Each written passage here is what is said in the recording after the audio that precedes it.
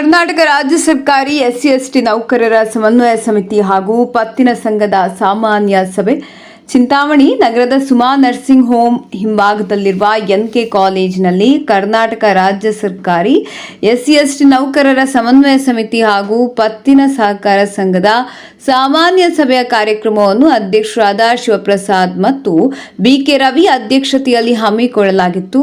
ಸಮನ್ವಯ ಸಮಿತಿ ಅಧ್ಯಕ್ಷ ಬಿಕೆ ರವಿ ಮಾತನಾಡಿ, ಎಸ್ಸಿ/ಎಸ್ಟಿ ನೌಕರರು ತಾಲೂಕಿನಲ್ಲಿರುವ ಎಲ್ಲರೂ ಒಗ್ಗೂಡಬೇಕಾಗಿದೆ. ಮುಂದಿನ ದಿನಗಳಲ್ಲಿ ನೌಕರರ ಸಮಸ್ಯೆಗಳಿಗೆ ಸ್ಪಂದಿಸಿ ಬ್ಯಾಕ್ಲಾಗ್ ಹುದ್ದೆಗಳ ಬಗ್ಗೆ ಸರ್ಕಾರಕ್ಕೆ ಮನವಿ ಸಲ್ಲಿಸಿ ಸಂಘವನ್ನು ಬಲಿಷ್ಠಗೊಳಿಸಲು ಶ್ರಮಿಸಲಾಗುವುದು. ಮಾರ್ಚ್ 5ರಂದು ನಡೆಯುವ ರಾಜ್ಯ ಮಟ್ಟದ ಸಭೆಯಲ್ಲಿ ತಾಲೂಕಿನ ನೌಕರರೆಲ್ಲರೂ ಭಾಗವಹಿಸಬೇಕು. ಬಸ್ ವ್ಯವಸ್ಥೆಯನ್ನು ಸಹ ಕಲ್ಪಿಸಲಾಗಿದೆ ಎಂದು ತಿಳಿಸಿದರು. ನಂತರ ಪತ್ತಿನ ಸಹಕಾರ ಸಂಘದ ಅಧ್ಯಕ್ಷ ಶಿವಪ್ರಸಾದ್ ಮಾತನಾಡಿ, ರಾಜ್ಯ ಸಂಘದ ಕಾರ್ಯಕ್ರಮದಲ್ಲಿ ಪಿಎಸ್ಟಿಗಳ ಬಗ್ಗೆ ಮಾತನಾಡಲು ಅವಕಾಶ ಕೊಟ್ಟ ಸಂದರ್ಭದಲ್ಲಿ ಪ್ರಾಥಮಿಕ ಶಾಲಾ ಶಿಕ್ಷಕರನ್ನಾಗಿ ನೇಮಕ ಮಾಡಿಕೊಂಡ ಸಂದರ್ಭದಲ್ಲಿ 1ರಿಂದ 8ನೇ ತರಗತಿವರೆಗೂ ಪಾಠ ಮಾಡಲು ಅವಕಾಶವಿದ್ದರೂ ಸರ್ಕಾರ ಇದುವರೆಗೂ 25 ವರ್ಷಗಳಿಂದ ಕೆಲಸ ನಿರ್ವಹಿಸುತ್ತಿದ್ದರೂ 8ನೇ ತರಗತಿವರೆಗೂ ಪಾಠ ಮಾಡಲು ಅವಕಾಶ ನೀಡಿಲ್ಲ, ಮುಂಬಡ್ತಿ ನೀಡಿಲ್ಲ ಎಂದು ಆರೋಪಿಸಿದ ಇವರು ಕೇವಲ 1ರಿಂದ 5ನೇ ತರಗತಿಗೆ ಸೀಮಿತಗೊಳಿಸಿದ್ದು ಇದನ್ನು ಖಂಡಿಸುತ್ತೇವೆ. ಮುಂದಿನ ದಿನಗಳಲ್ಲಿ ಉಗ್ರ ಹೋರಾಟದ ಮೂಲಕ ಸರ್ಕಾರಕ್ಕೆ ಮನವಿ ಸಲ್ಲಿಸಬೇಕಾಗಿದೆ ಎಂದು ಹೇಳಿದರು.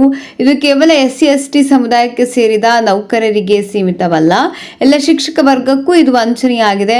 ಹಾಗಾಗಿ ನೌಕರರು ನಮ್ಮ ಜೊತೆ ಕೈ ಜೋಡಿಸಿ ಎಂದು ಮನವಿ ಮಾಡಿದರು.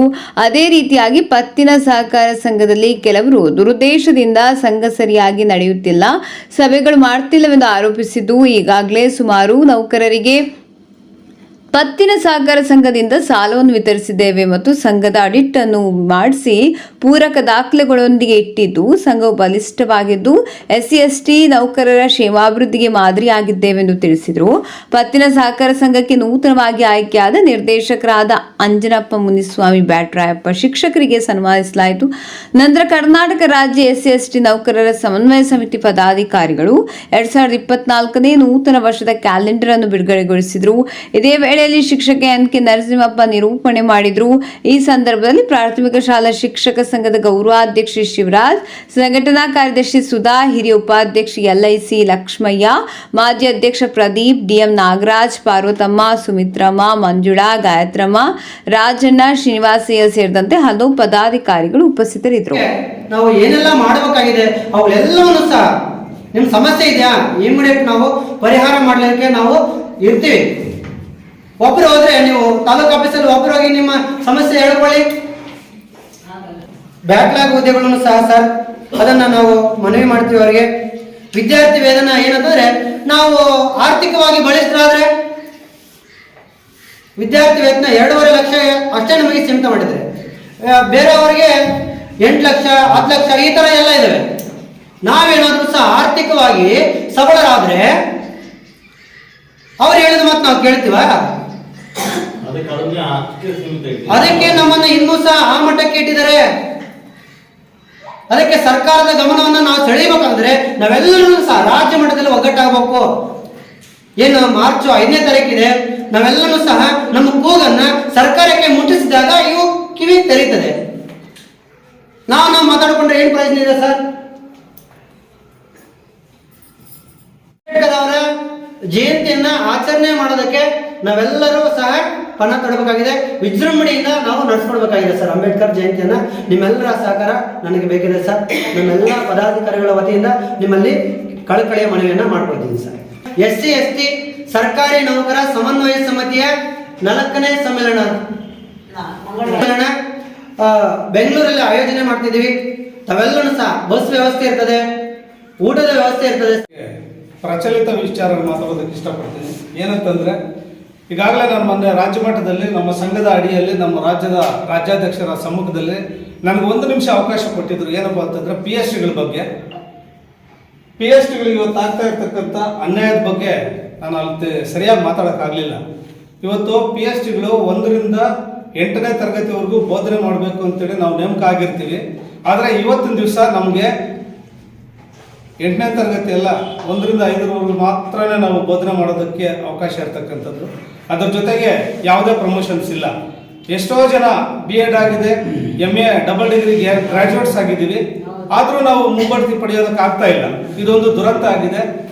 ಅದಕ್ಕೆ ಕಾರಣಗಳು ಬೇರೆ ಬೇರೆ ಇರ್ಬೋದು. ಈಗ ನಾನು ಒಂದು ಹೇಳಕ್ಕೆ ಇಷ್ಟಪಡ್ತೀನಿ, ಮೊನ್ನೆ ರೀಸೆಂಟ್ ಆಗಿ OPS NPS ಅಂತ ಆಯಿತು. OPS NPS ಆದಾಗ ಅದು ಹಲವಾರು ರೀತಿಯಲ್ಲಿ ಸರ್ಕಾರಕ್ಕೆ ನಾವು ಮನವಿಗಳನ್ನು ಕೊಡ್ತಾ ಈಗ ಏನಾಗ್ತಾ ಇದೆ ಅಂತಂದ್ರೆ NPS ಆಗಿದ್ದನ್ನ OPS ಅಲ್ಲಲ್ಲಿ ಮಾಡ್ತಾ ಇದ್ದಾರೆ. ಆ ರೀತಿಯಾಗಿ PSTಗಳು ದಯವಿಟ್ಟು ನಾವು ಆ ರೀತಿ ಸರ್ಕಾರದ ಗಮನ, ನಾವು ಗಲಾಟೆ ಮಾಡೋದು ಬೇಕಾಗಿಲ್ಲ, ನಮ್ಗೆ ಅವಶ್ಯಕತೆನೂ ಇಲ್ಲ. ಬಾಬಾ ಸಾಹೇಬ್ರು ಹೇಳಿದ್ದಾರೆ ಶಿಕ್ಷಣ ಸಂಘಟನೆ ಹೋರಾಟ ಅಂತ. ಆಯ್ತು, ನಾವು ಶಿಕ್ಷಣ ಪಡ್ಕೊಂಡಿದ್ದೀವಿ, ಇದ್ರ ಬಗ್ಗೆ ಧ್ವನಿ ಎತ್ತೋಣ. ಸರ್ಕಾರದ ಮಟ್ಟದಲ್ಲಿ ನಮ್ಮ ಹಿರಿಯ ಅಧಿಕಾರಿಗಳಿಂದ ಏನಿದ್ದಾರೆ ಅವರ ಮನವಿ ಕೊಡೋದ್ರ ಮುಖಾಂತರ DC ಆಗ್ಬೋದು ಅಥವಾ ರಾಜಮಠದವರಾಗಿರ್ಬೋದು, ನಮ್ಮ ಸಂಘದ ಒಂದು ಅಧ್ಯಕ್ಷಗಳಾಗಿರ್ಬೋದು, ಅವ್ರಿಗೆ ದಯವಿಟ್ಟು ಮನವಿಗಳನ್ನು ಮಾಡೋಣ.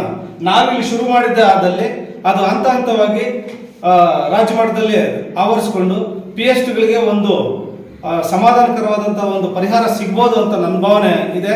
ಹಾಗಾಗಿ ನಾವು ಮುಂದಿನ ದಿನಗಳಲ್ಲಿ ನಮ್ಮ ಸಂಘದ ಅಡಿಯಲ್ಲಿ, ಅದು ಪತ್ತಿನ ಸಹಕಾರ ಸಂಘ ಆಗಿರ್ಬೋದು, ಸಮನ್ವಯ ಸಮಿತಿ ಆಗಿರ್ಬೋದು, ಎರಡೂ ಸಂಘಗಳ ಒಂದು ಅಡಿಯಲ್ಲಿ ಆ ಒಂದು ಮೆಮೊರಂಡಮ್ ಕೊಡ್ತಕ್ಕಂಥ ಒಂದು ಕೆಲಸವನ್ನ ಮುಂದಿನ ದಿನಗಳಲ್ಲಿ ಮಾಡ್ತೀವಿ ಅಂತ ಈ ಸಂದರ್ಭದಲ್ಲಿ ಇಷ್ಟಪಡ್ತೀನಿ.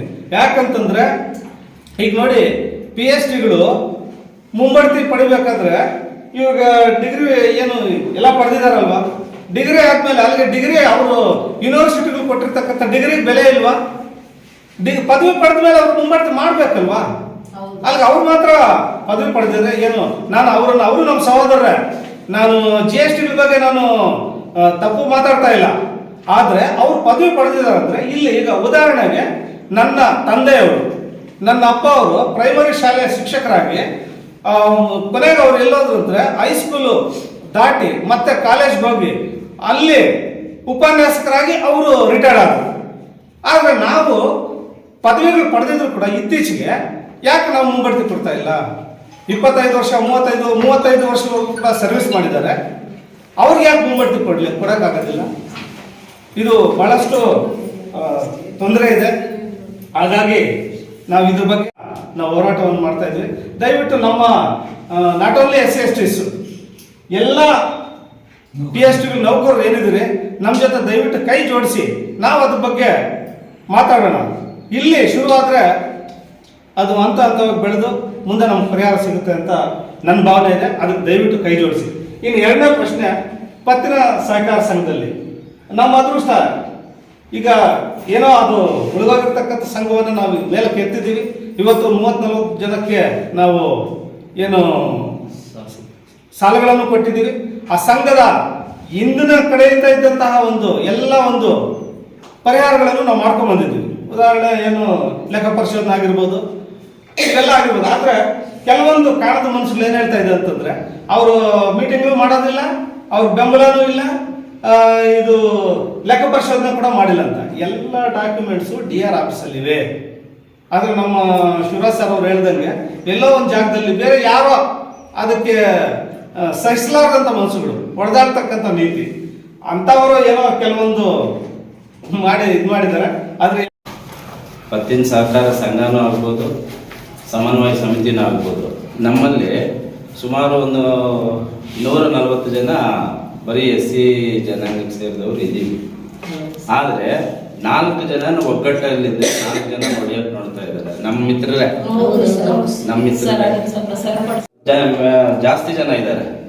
SC/ST ಜನಾಂಗದಲ್ಲಿ ಇಲ್ಲ ಬೇಡ, ನಾವೇ ಒಂದು 10 ಜನ ಹೋಗಿ ಬೇರೆಯವ್ರ ಹತ್ರ ಸಾಲ್ವೇಷನ್ ಮಾಡೋರ ಹತ್ರ ಹೋಗಿ ಒಗ್ಗಟ್ಟಾಗಿ ಹೋದ್ರೆ ಯಾವ ಸಮಸ್ಯೆನೂ ಇದಾಗೋದಿಲ್ಲ, ಕಷ್ಟ ಆಗೋದಿಲ್ಲ. ನಮ್ಮಲ್ಲಿ ಫಸ್ಟ್ ಒಗ್ಗಟ್ಟಾಗಿದ್ರೆ ಎಲ್ಲನೂ ಸರಿ ಹೋಗುತ್ತೆ. ದಯವಿಟ್ಟು ಯಾರು ಏನೇ ಹೇಳಿದ್ರಿ, ಏನೇ ಕೇಳಲಿ, ಅವರು ಕೇಳಿದ್ದಕ್ಕೆ ನೀವು ಕಿವಿ ಕೊಡಬಾರ್ದು ಅಷ್ಟೇ. ಒಬ್ಬರ ಮೇಲೆ ಒಬ್ಬರು ದೂರ ಹೇಳೋದು, ಅದು ಹೇಳೋದು, ಇದು ಹೇಳೋದು ಹೇಳಿದ್ರೆ ಕಿವಿ ಕೊಡಬಾರ್ದು. ನಮ್ಮದು ಅಂತ ನಾವು ಭಾವನೆಯಲ್ಲಿ ಫಸ್ಟು ನಮ್ಮ ಮೈಂಡಲ್ಲಿ ಬಂದರೆ ಎಲ್ಲ ಸರಿ ಹೋಗುತ್ತೆ. ದಯವಿಟ್ಟು ಒಗ್ಗಟ್ಟಾಗಿ ಎಲ್ಲರೂ ಏನಾದರೂ ಸಮಸ್ಯೆಗಳು ಬಂದಾಗ ಇವು ಕಮಿಟಿ ಅನ್ನೋದು ಒಂದಿದೆ. ಪತ್ತಿನ ಸಹಕಾರ ಸಂಘದಲ್ಲಿ 6 ತಿಂಗಳಿಂದ ನಾನು ನೋಡ್ತಾ ಇದ್ದೀನಿ. 6 ಜನ ಡೈರೆಕ್ಟರ್ಗಳು ಒಂದು ಕಡೆ ಇದ್ರೆ ಇನ್ನು 3 ಜನ 4 ಜನ ಹೋಗೋದು, ಇನ್ನೊಬ್ಬನ ಮಾತು ಕೇಳೋದು. ಆ ಸ್ವಂತ ಬುದ್ಧಿ ಒಬ್ಬರ ಹತ್ರನೂ ಇಲ್ಲ. ಇಲ್ಲೇ ಮಾತಾಡೋದು. ನಾನು 10 ಸಲ ಹೇಳಿದ್ದೀನಿ ಶಿವರಾಜ್ ಸರ್ಗೆ, ಮೀಟಿಂಗ್ ಕರಿಯಪ್ಪ, ಯಾರು ಮನಸ್ತಾಪ ಇದೆಯೋ ಅವ್ರನ್ನ ಕೊಡ್ತೀನಿ. ಅವ್ರನ್ನ ಅಧ್ಯಕ್ಷರು ಮಾಡಿದ್ದೀವಿ. ಸುಮಾರು ಒಂದು 6 ತಿಂಗಳಾಯ್ತೇನೋ. ಅವರು ನಗರದಲ್ಲಿಲ್ಲ, ಬಟ್ಲಳ್ಳಿಯಲ್ಲಿ ವರ್ಕ್ ಮಾಡ್ತಾ ಇದ್ದಾರೆ. ಅವರು ಕಾರ್ಯದ ಒತ್ತಡನೂ ಜಾಸ್ತಿ ಇದೆ. ಹೈಸ್ಕೂಲಲ್ಲಿ ಕೆಲಸ ಮಾಡ್ತಾ ಇರೋದು ಒಂದು. ಇನ್ನೊಂದು ಏನಂದ್ರೆ ನಮ್ಮ ಜನರ ಸಂಪರ್ಕ ಸರಿಯಾಗಿಲ್ಲ ಸಾರ್ಗೆ. ಅದು ದಯವಿಟ್ಟು ಮುಂದಿನ ದಿನಗಳಲ್ಲಿ ಒಗ್ಗಟ್ಟು ಮಾಡಿ ಜೊತೆಯಲ್ಲಿ ಕರ್ಕೊಂಡೋಗಿ ಯಾವುದೇ ಸಮಸ್ಯೆ ಬಂದರೂ ಇತ್ಯರ್ಥ ಮಾಡೋದಕ್ಕೆ ದಾರಿ ಮಾಡಿಕೊಡಿ ಅಂತ ಹೇಳ್ತಾ ನಾನು ಮಾತು ಮುಗಿಸ್ತೇನೆ.